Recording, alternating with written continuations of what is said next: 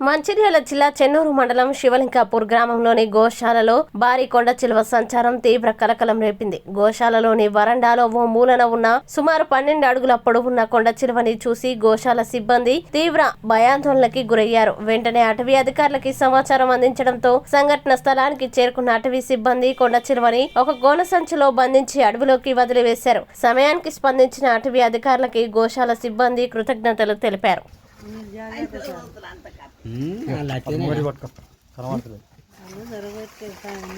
నేను పట్టుకొని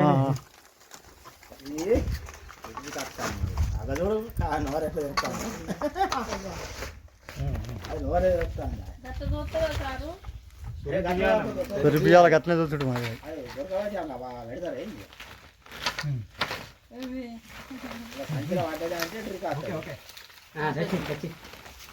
ఇంకా తోకున్నది పర్వాలేదు వీడియో తీసినావా మూత గట్టిగా ఉంది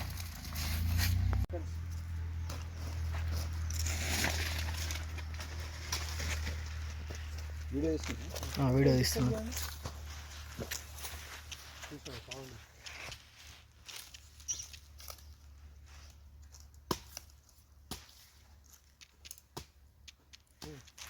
షార్ట్ వీడియో చేయాలి షార్ట్ వీడియో